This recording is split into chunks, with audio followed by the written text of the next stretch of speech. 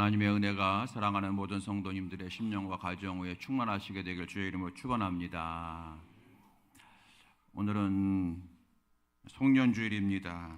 2025년도 마지막 주일 예배라고 하는 뜻이겠죠. 우리 지난 한 해를 결산하고 새해를 준비하는 그러한 우리 시간입니다. 한 해를 결산할 때에 여러분 어떤 결론을 내릴 수가 있으신지요? 참 어려운 한 해였다. 2025년도 참 어려웠어. 힘든 한 해였어. 그렇게 이야기하실 분도 계실 것 같고요. 또 어떤 분은 그래도 나름 좋은 한 해였어. 이렇게 하실 분도 계실 겁니다. 아마 대부분 참 최고의 한 해였다라고 하는 말보다는 어렵고 힘든 한 해였다라고 말씀하실 것 같아요. 매년 그렇잖아요. 갈수록 이렇게 어려운지 모르겠어요. 우리 사랑하는 성도 여러분께서 이따가 당연하겠지만 한 해 한 해 나이를 먹어가는 것이 느껴지죠. 저도 그래요. 여러분이 보실 때는 아직 팔팔하지만 이제 겨우 한갑밖에 안 지났으니까 팔팔하지만 저도 한 해 한 해 힘들어요. 참 예전에는 이렇게 밤새워도 거뜬했는데 요즘 일어나기 어렵고 막 그래요. 제가 오죽 이러니 여러분 이제 70 되시고 80 되시는 분들 얼마나 힘드시겠어요. 그래서 힘들다 보니까 여러분 어렵고 힘들고 괴로운데, 그런데 여러분 이런 얘기가 있어요. 초등학교 1학년 어린이들이 서로 깔깔거리면서 운동장을 뛰놀고 있는 거예요. 1학년들이. 그러더니 그 장면을 보던 6학년 언니 오빠들이 이렇게 말을 했대요. 참 좋을 때다. 그랬더니 초등학교 졸업하고 중학교 되면 아이들이 그렇게 말한대요. 초등학교 졸업하고 중학교 가게 되면 초등학교 때가 좋았어 그러더래요. 그런가요? 중학교 졸업하고 고등학교 들어가면 또 말한다잖아요. 뭐라고 얘기할까요? 중학교 때가 좋았어 그러네. 고등학교 마치고 사회에 나가면 청년들이 말합니다. 이렇게 말한다네요. 그래도 학교 다닐 때가 좋았어. 이러면 사회생활이 얼마나 힘들어요. 우리 성도 여러분께서 마찬가지일 것 같아요.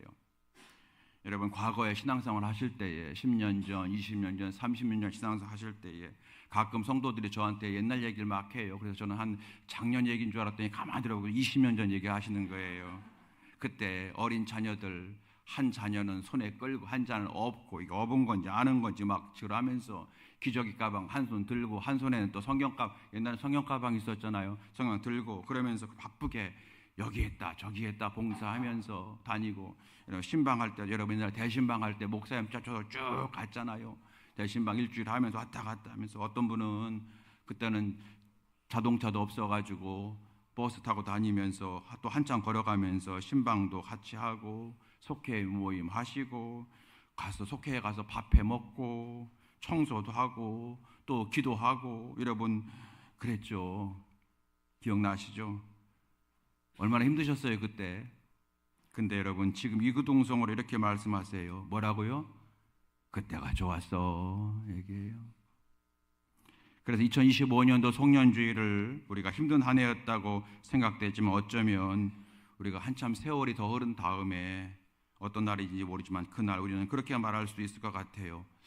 2025년 그래도 그때 참 괜찮았어. 그때가 좋았어. 아마 그렇게 말할 수 있지 않을까 생각되어져요.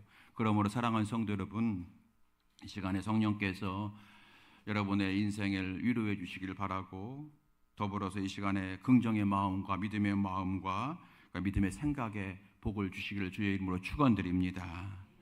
오늘 송년주일 설교 제목입니다. 열매 맺는 인생이 됩시다. 그런 제목이에요. 열매 맺는 인생이 됩시다. 왜냐하면 오늘 본문 말씀 보게 되면은 하나님 아버지가 우리에게 열매를 원하고 계시네요. 6절 말씀 보실까요? 6절 다 같이 읽어보겠습니다. 6절 시작. 이에 비유로 말씀하시되 한 사람이 포도원에 무화과 나무를 심은 것이 있더니 와서 그 열매를 구하였으나 얻지 못한지라. 한 사람이 포도원에 무화과 나무를 심었어요. 포도원에는 여러분 무슨 나무 심어야 돼요? 포도나무 심어야 돼요. 그런데 무화과 나무 심었어요. 이거 좀 이상하죠? 이것은 무화과 나무를 특별 대우한 거라고 해석할 수가 있어요. 포도원은 이스라엘 땅의 포도원은 제일 좋은 여러분 이스라엘은 포도가 유명하잖아요. 다 포도주 먹고 포도원은 아주 기름지기 때문에 포도원에 그러므로 그 땅은 최고의 좋은 거름을 누고 막 이러거든요. 그래서 포도원 땅이 제일 기름지기 때문에 거기에 무화과 나무를 심었다고 하는 것은 이 무화과 나무가 특별 대우를 받았다고 하는 거예요. 여러분 주인이 특별 대우를 준 만큼 더 좋은 열매를 기대하는 건 당연하겠죠. 그런데 기대와는 달리 무화과 나무에 뭐가 없어요? 열매가 없어요. 주인이 포도원 지기에게 포도원 농부에게 말합니다. 7절 말씀 보실까요? 7절 자 시작. 포도원 지기에게 이르되 내가 3년을 와서 이 무화과 나무에서 열매를 구하되 얻지 못하니 찍어버리라. 어찌 땅만 버리게 하겠느냐. 1년이 지났는데 무화과 나무 열매가 없어요. 한 해만 지나면 되겠지 기대했는데 역시 열매가 없어요. 실망했어요. 한 해 더 기다리자 보자. 또 인내했어요. 그런데 또 열매가 없어요. 그렇게 3년을 기다렸는데 아무 열매를 맺지 못했다는 겁니다. 주인이 이제 화가 났어요. 그래서 포도원 농부에게 이 무화과 나무를 찍어버려라, 내버려라고 말했다는 거죠. 열매도 맺지 못하면서 좋은 땅 영양분만 축내고 있지 않느냐, 그렇게 찍어버리라는 거죠. 여러분 이 말씀을 통해서 하나님이 우리에게 어떤 교훈을 주고 있습니까?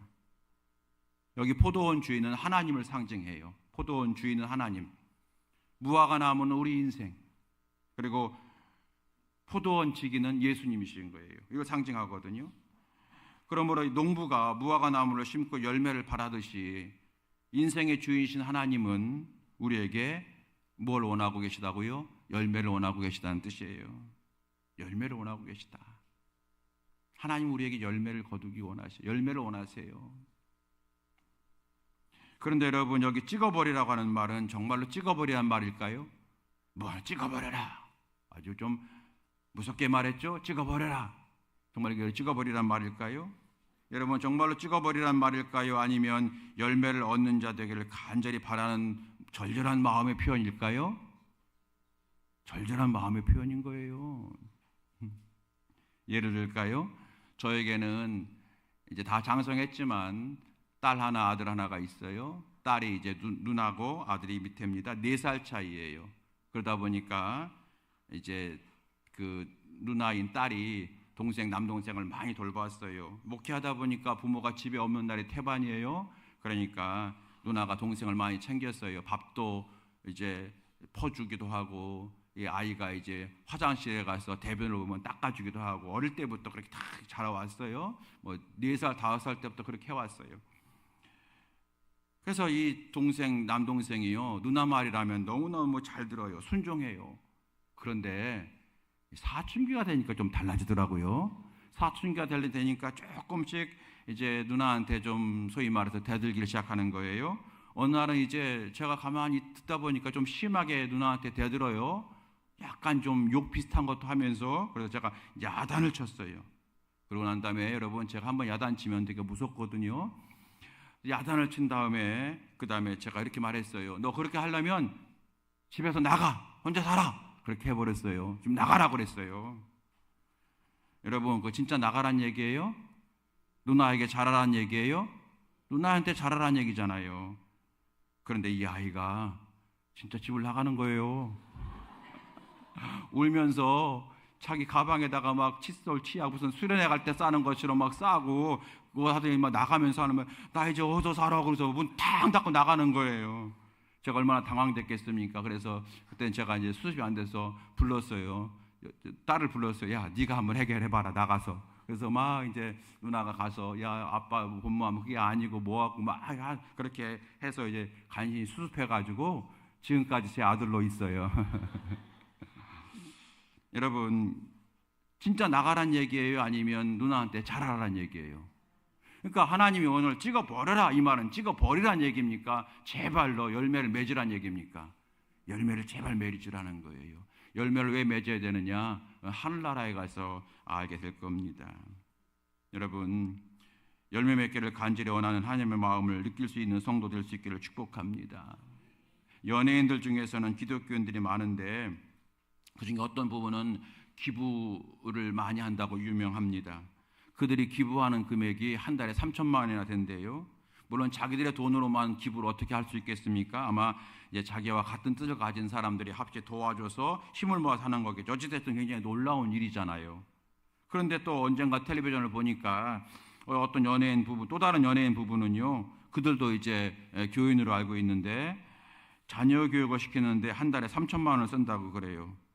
어떻게 하면 그렇게 많은 돈이 들어가는지를 모르겠지만 두 아이 양육비로 한 달에 3천만 원을 쓰는 정도라면 정말로 화려한 삶을 사는 거라고 우리가 생각할 수밖에 없죠.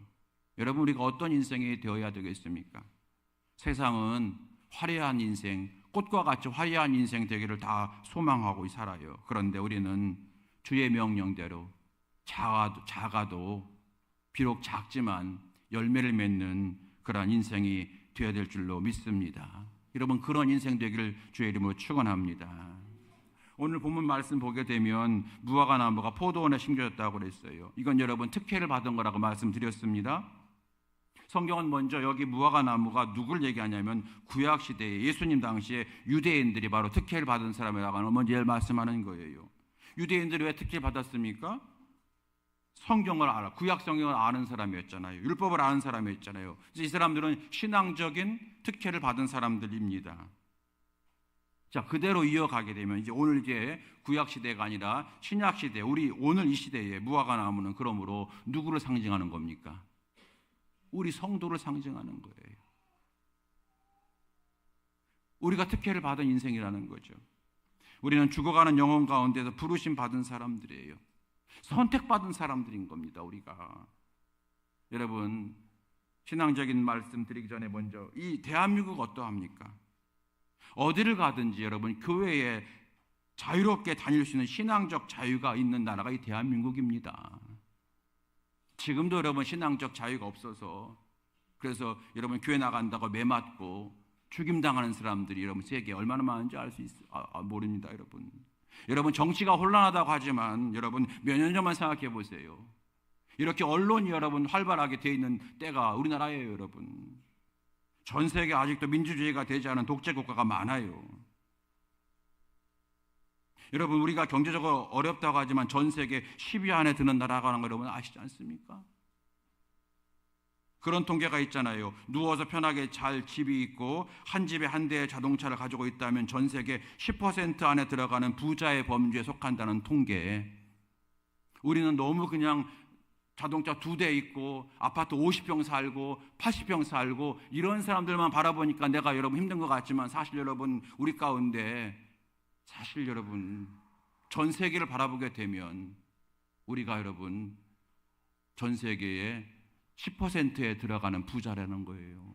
집이 있고 자동차가 있다면 우리 그만큼 여러분 특혜를 받은 사람들이라는 겁니다. 우리 신앙적으로도 그렇고 정치적으로도 그렇고 경제적으로도 그렇고 영적으로도 사실은 많이 우리가 혜택을 받은 사람들입니다. 그러므로 그만큼 열매를 맺어야 되는 책임도 또한 있다고 하는 겁니다.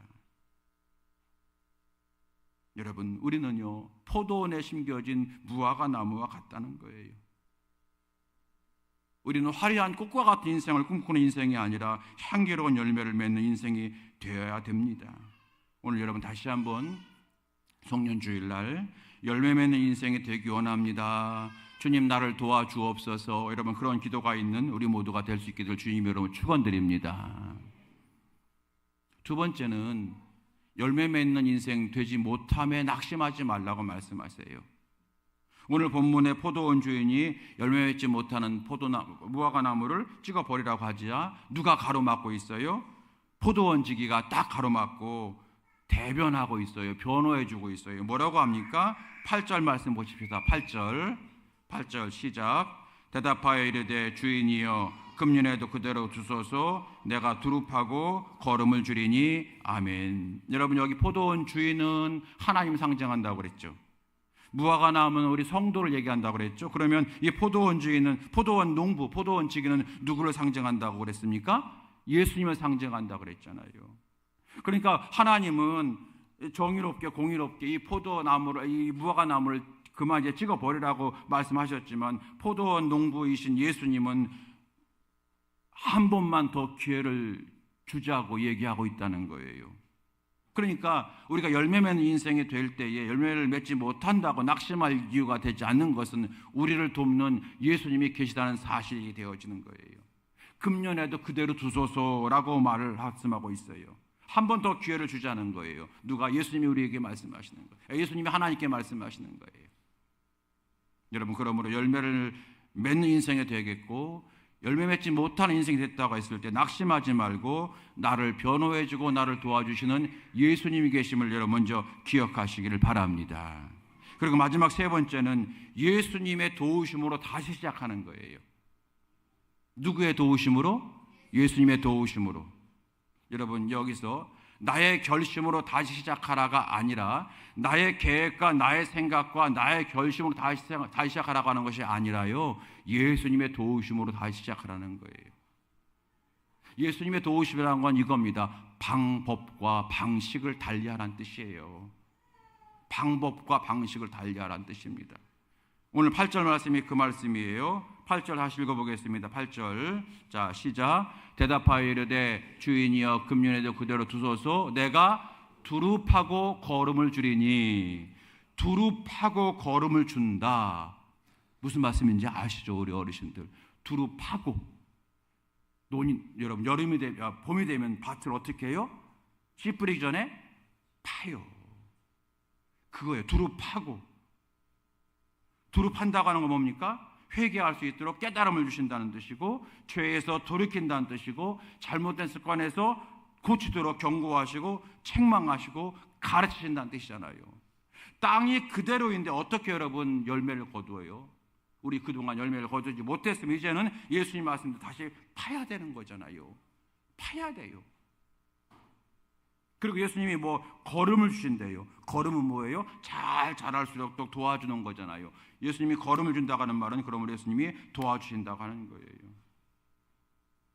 땅을 개간한다고 하는 뜻입니다.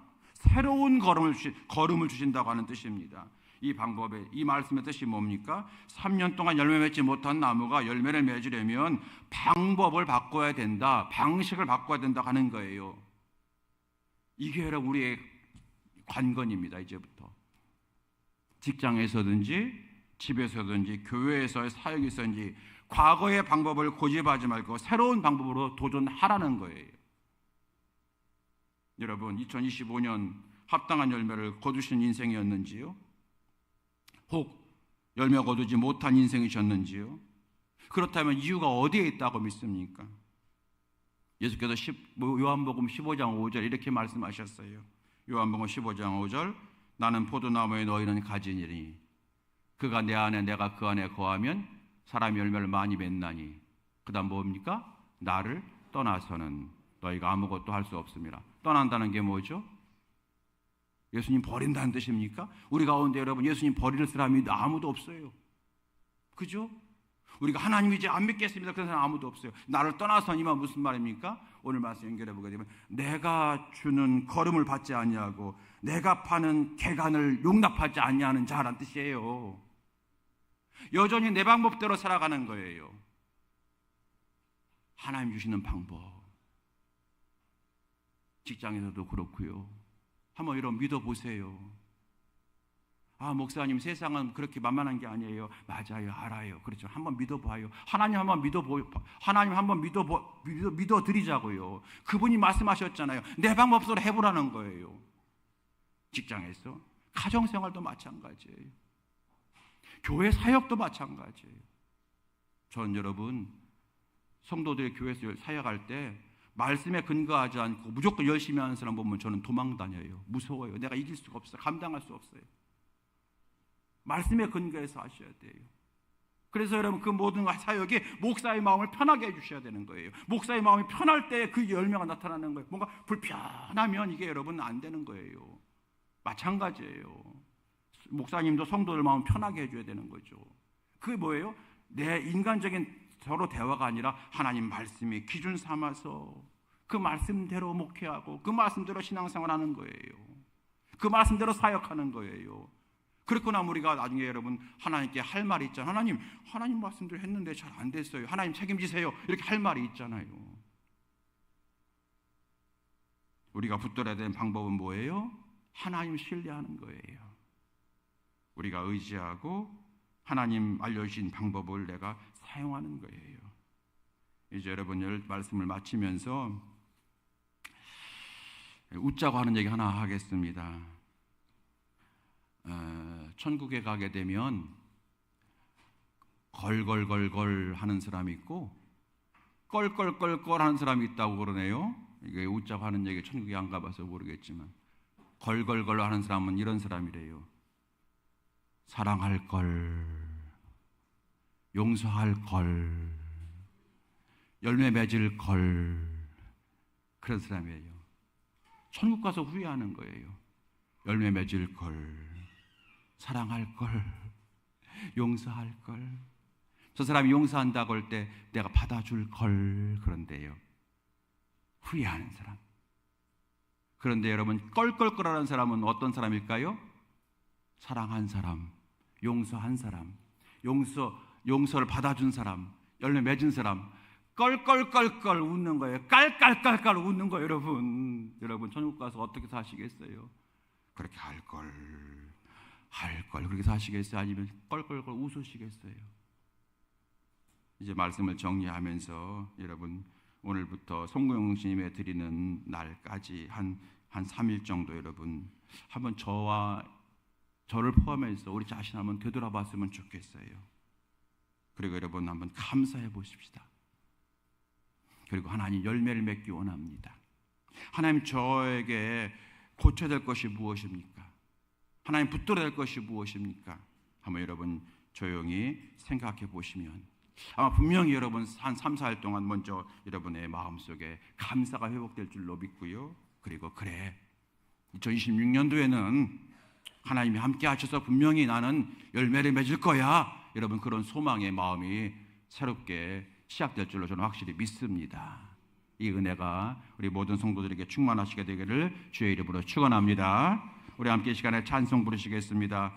나의 등 뒤에서 나를 도우시는 주, 2025년 한 해 동안 도우셨던 주님을 바라보시고, 그리고 2026년도에도 역사하실 주님을 바라보면서 주님, 내 등 뒤에서 나를 도와주고 계심을 믿습니다. 여러분 그 믿음으로 한번 시간에 찬양하면서 설교를 마치겠습니다. 찬송하시겠습니다.